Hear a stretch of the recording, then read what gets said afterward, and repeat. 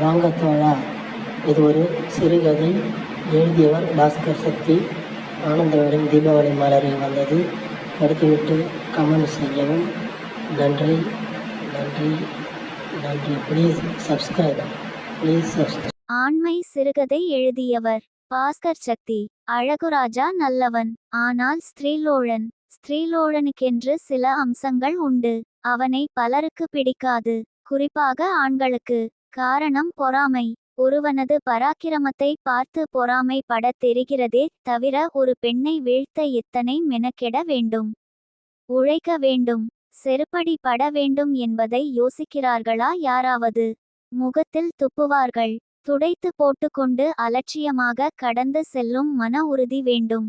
அதற்கு மேலேயும் சிலது நடக்கும். ஒரு முறை அழகுராஜா வெளியூர் திருவிழா ஒன்றில் ஒரு கோழியை அமுக்க பார்த்தபோது கும்பல் கூடி கும்மி சட்டை, வேட்டியை அவிழ்த்து அடித்து ஓட விட்டார்கள்.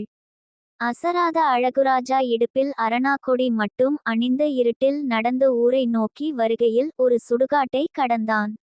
சாயங்காலம் வந்த தாத்தா ஒருத்தர் சிதையில் எரிந்து கொண்டிருந்தார். அவர் வந்த பாடை ஒரு ஓரமாக கிடந்தது.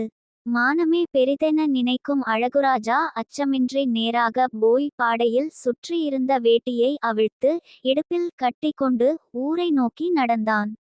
இதனை வேடிக்கை பார்த்த வெட்டியானுக்கு பீதியாகி மேற்கொண்டு பேதியாகி விட்டது. இப்படிப்பட்ட அஞ்சா நெஞ்சு மேலும் சில எதுகை விஷயங்களெல்லாம் இருந்தால் மட்டுமே ஒருவனால் கணிசமான வெற்றிகளை அடைய முடியும். வெறுமனே வேடிக்கை பார்த்து பொறாமையுடன் ஏகடியம் பேசுவோர் ஏக்க பெருமூச்சுடன் ஏக பட்டினி விரதன்களாக இருக்கட்டும். அது அவர்கள் தலையெழுத்து. ஆனால் உழைப்புக்கேற்ற விளைச்சல் என்று இருக்கிற அழகுராஜாவின் மீது வன்மம் கக்க வேண்டியது இல்லை. எதுவாக இருந்தாலும் அது அழகுராஜா சம்பந்தப்பட்ட பெண் அப்புறம் தவிர்க்க முடியாத தலையெழுத்தே என்று அந்த பெண்ணின் கணவன் ஆகிய மூவர் மட்டுமே பேசி தீர்க்க வேண்டிய அல்லது தீர்த்து கட்ட வேண்டிய விஷயம் இல்லையா? அழகுராஜா டீன் ஏஜில் ஆரம்பித்து அழகிலா விளையாட்டுகள் பல ஆடியபடியே சைடில் கல்யாணமும் முடித்து ஒரு மகனை பெற்று அந்த மகனுக்கும் மீசை அரும்பி விட்டாலும் அழகுராஜா நாட் அவுட் ஆக ஆடிக்கொண்டிருந்தான். நாளுக்கு நாள் ஆட்ட நுணுக்கங்களும் அனுபவமும் அதிகமாகி அவன் சாதனைகள் பாரத தேசத்தில் ஊழல் போல் வளர்ந்தன. ஊர்கோவில் மண்டபத்தில் சாமி அது பாட்டுக்கு ஒரு பக்கம் இருக்க, ஊரின் வெண்ணிற ஆடை மூர்த்தி வகையறா பெரிசுகள் எந்நேரமும் பாலியல் பலகாரங்களை சமைத்து மாறி மாறி பரிமாறி கொண்டிருப்பார்கள். அவர்களது முடிந்து போன வசந்தகாலங்களை சொரியும் முயற்சியாக எந்நேரமும் பலான விஷயங்களை அலசி ஆராய்வார்கள். அவர்களுக்கு எப்போதும் கண்டென்ட் கொடுப்பவனாக அழகுராஜா இருந்து வந்தான். ஆடி முடித்த வயசாளி சொக்கு சொன்னார், அழகுராசா ஜாதகத்தில சுக்கிரன் வலுவா இருக்கானப்பா. அநேகமா ராகு சேர்க்கையும் இருக்கும். எழுதி வச்சுக்க. வெள்ளை புரியாமல் கேட்டார். ராகுவா? அது என்ன செய்யும்? என்னா வெள்ளை இது கூட தெரியாம? ராகு யாரு? பாம்பு. எங்க பொந்து கிடைச்சாலும் போய் புகுந்துருமா இல்லையா? சுக்கிரன் வேற கூடவே இருக்கான்ல, வசியக்கார பயப்புள்ள. அதான் மேஞ்சுக்கிட்டு திரியிறான். எப்ப நிப்பாட்டுவான்னு தெரியலையே. வயசு 50ஐ நெருக்குது. ஓடிக்கிருக்க வண்டி நிக்கணும்னா ஒன்னு பெட்ரோல் தீரணும், இல்லை ரிப்பேர் ஆகணும். அது ரெண்டும் இப்பதைக்கு நடக்காது போல இருக்கே. இல்லாட்டி ஆக்சிடென்ட் ஆகணும். எந்த நேரத்தில் வெள்ளை இதைச் சொன்னாரோ அது நடந்தது. கிட்டத்தட்ட அது ஆக்சிடென்ட் தான். அன்று வேலம்மாளை பார்க்க போயிருந்தான் அழகுராஜா. வேலம்மாள் எல்லாவற்றிலும் கூர்மையானவள். கணவனை கால் கட்டைவிரலுக்கு கீழே அழுத்தி வைத்திருந்தாள். புருஷன் பொன்னுச்சாமி போர் போடும் மிஷின் வைத்து ஊர் ஊராக போய் ஆழ்துளைகளை போட்டு சம்சாரிகளின் தோட்டங்களில் நீர்ப்பாசனத்துக்கு ஒத்தாசையாக இருந்தானே தவிர மனைவியை அப்படி கவனிக்கவில்லை. எனவே வேலம்மாள் தன்னிச்சையாக முடிவுகள் எடுத்து தன்னிச்சையை தீர்த்து கொண்டிருந்தாள். அரசல் புரசலாக புருஷன் காதுக்கு செய்தி வரும். அந்த நேரத்தில் போர் மிஷினை விட்டு விலகி போய் சிகரெட் குடித்தபடி யோசிப்பான். ஆனால் வேலம்மாளிடம் பயம் அதிகம். எனவே அன்று இரவு சரக்கடித்து விட்டு அடுத்த நாள் சகஜமாகி விடுவான். ஆனால் அவன் மனதின் ஓரத்தில் யோசனை ஓடும்.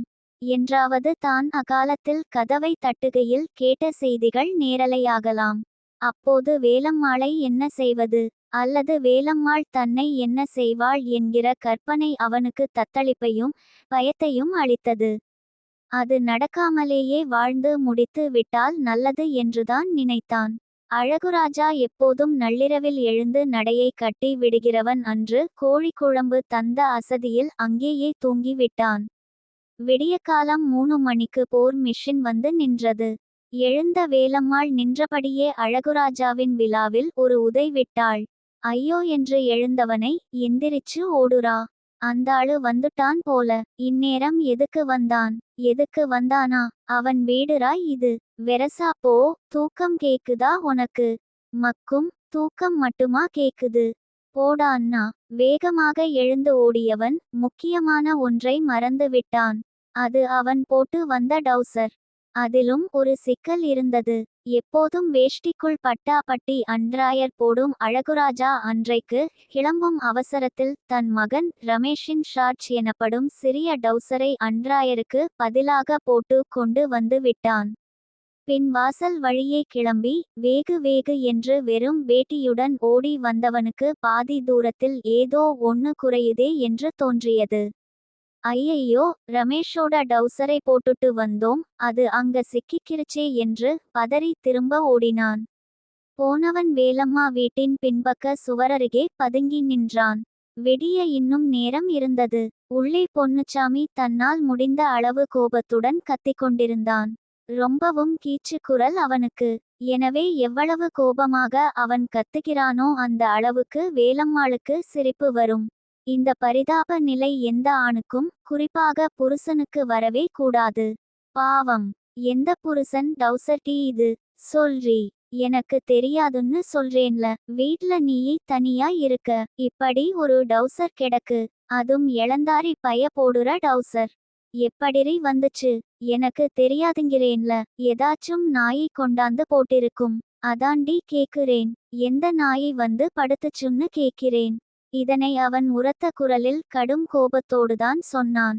ஆனால் வேலம்மா மிகவும் சாவதானமாக ஒரு பதில் சொன்னாள்.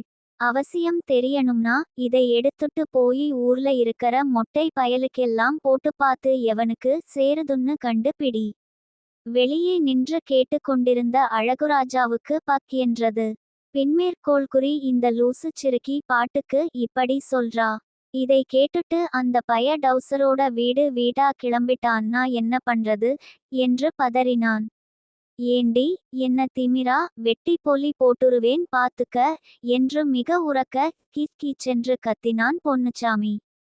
பேல முடியாத பூனை கணக்கா ஏன் இப்படி கத்துரே? காலங்காத்தால போ அங்கிட்டு, எனக்கு வேலை கிடக்கு என்று வேலம்மாள் அலட்சியமாகச் சொல்ல பொன்னுச்சாமியின் உடல் பதறி கண்கள் கலங்கின. இந்த இடத்தில் அழகுராஜா சிந்தித்தான். நல்ல வேளை, நம்ம நல்ல நேரம், இவ நமக்கு பொண்டாட்டியா வரலை என்று அங்கிருந்து நழுவினான். ஆனால் உள்ளுக்குள் பதட்டமாக இருந்தது. போர் பொன்னுச்சாமி அடுத்து என்ன செய்வான் என்கிற கேள்வி ஓடிக்கொண்டே இருந்தது. பொன்னுச்சாமியின் மனதிலோ குமைச்சல் உச்சம் தொட்டது. தப்பு பண்ணிட்டு அது பத்தி கொஞ்சமும் அலட்டாத சம்சாரம், அவளை கை நீட்டி அடிக்க கூட முடியாத தனது கோழைத்தனம் எல்லாம் சேர்ந்து ஆங்காரமாக மாற அவன் அந்த டவுசரை எடுத்து தோளில் போட்டுக்கொண்டு வேகு வேகு என்று நடந்தான். சிவசாமி கிணற்றில்தான் ஊரின் இளவட்ட பயல்கள் எல்லாம் நீந்தி பழகுவார்கள். தண்ணி கெத்து கெத்தென்று கிடக்கும். நேராக அங்கே போனான்.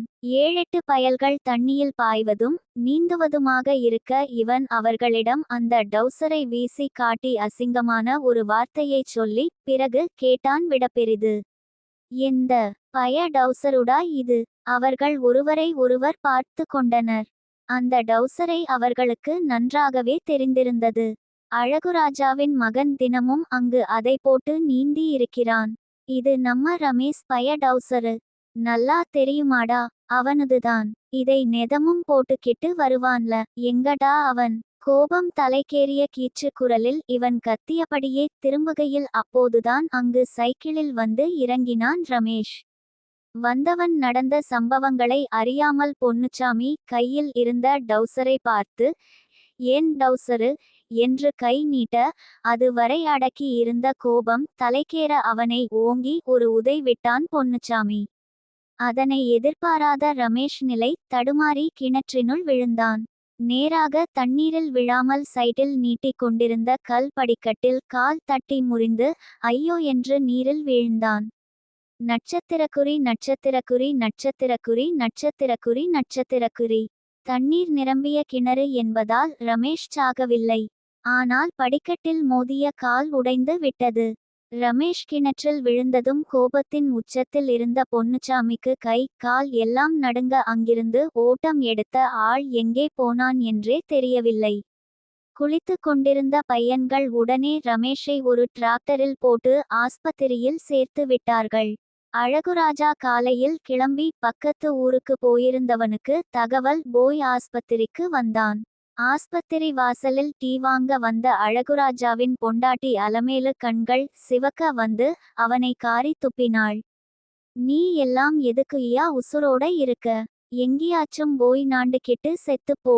உனக்கு பொண்டாட்டியா இருக்கிறதை விட முண்டச்சியா இருந்து என் புள்ளைய வளர்த்துக்கிறேன்.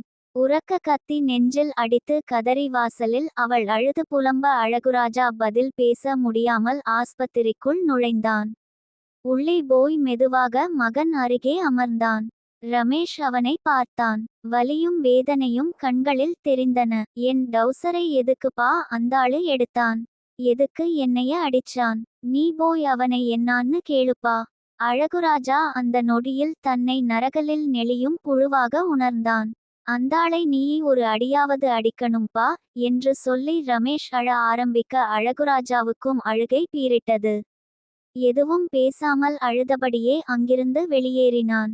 அதற்குள் கோவில் மண்டபத்துக்கு சங்கதி வந்து விட சொக்கு உற்சாக வெள்ளத்தில் மிதந்தபடி நடந்தவற்றை டெவலப் செய்து பேச ஆரம்பித்தார்.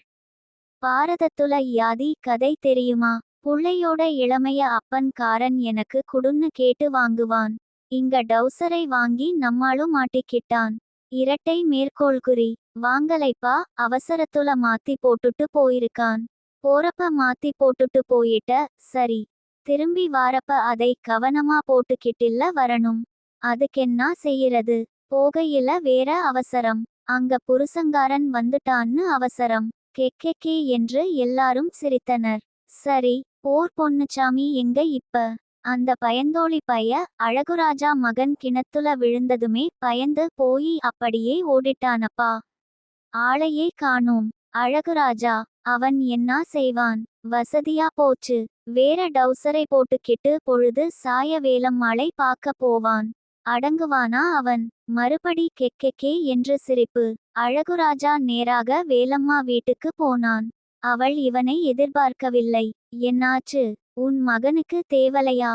கால் உடைஞ்சு போச்சு. கட்டு போட்டு ஆஸ்பத்திரியில கிடக்கான். எங்க உன் புருஷன்? எதுக்கு? கோவத்தை என் மேல காட்டாம என் புள்ளை மேல காட்டுவானா அவன்? என் புள்ளை செத்திருந்தா? வேலம்மாள் முகம் சட்டென்று மாறியது. செத்திருந்தா என்னா செஞ்சிருப்பே? அழகுராஜாவின் முகம் சிவந்தது. புருஷனை வெட்டி எரிஞ்சிருப்பேன். வேலம்மாள் அவனை இளக்காரமாக பார்த்தாள். அவன் காலையில உன்னைய வெட்டி எரிஞ்சிருந்தா? அவளது குரல் வேறு விதமாக இருந்ததை உணர்ந்த அழகுராஜா கொஞ்சம் வியப்புடன் அவளை பார்த்தான். அவள் முகத்தில் ஒரு கசப்பு இருந்தது. அந்த மனுஷனால என் மேல கை நீட்ட முடியலை. ஆனா அவனுக்கும் கோபம் வரத்தானே செய்யும். அவனும் ஆம்பளைதானே. அழகுராஜா அவளை முறைத்து பார்த்தான். என்ன முறைக்கிறே? பேச்சு வேற மாதிரி இருக்கு. ஆமா, நாம தெரிஞ்சுதான் தப்பு பண்றோம். ஆனா நியாயம்னு ஒண்ணு இருக்கில்ல. நம்ம செஞ்சது தப்பு. அந்தாளு கோபம் நியாயம். அடேயப்பா, பெரிய பத்தினி மாதிரி பேசுறே. அவுசாரி என்று ஒரு வார்த்தையை விட்டான் அழகுராஜா. கோபத்தில் சட்டென்று வேலம்மாளின் முகம் சிவந்தது. எடு செருப்பை. ஏண்டா 2 பேரும் சேர்ந்துதானடா எல்லாம் செஞ்சோம். இப்ப என்னா வாய் நீளுது? நான் அவுசாரி நீ என்னாடா? வேலம்மாள் கோபத்துடன் அருகிலிருந்த துடைப்பத்தை எடுக்க அழகுராஜாவின் உடல் அதிர்ந்தது. மூஞ்சிக்கு நேராக துடைப்பத்தை நீட்டினாள். இதோட போயிரு. இனிமேல் இங்க வர்றா வேலை வைச்சிக்கிறாதே. கொன்னே போடுவேன். அழகுராஜா கால் போன போக்கில் நடந்தான். மனம் கொந்தளித்து கொண்டிருந்தது. ஆஸ்பத்திரிக்கு போய் பொண்டாட்டியை எதிர்கொள்ளவும் தைரியம் இல்லை. கம்மாய் கரையில் இருந்த கருப்பசாமி கோவிலில் போய் அமர்ந்தான்.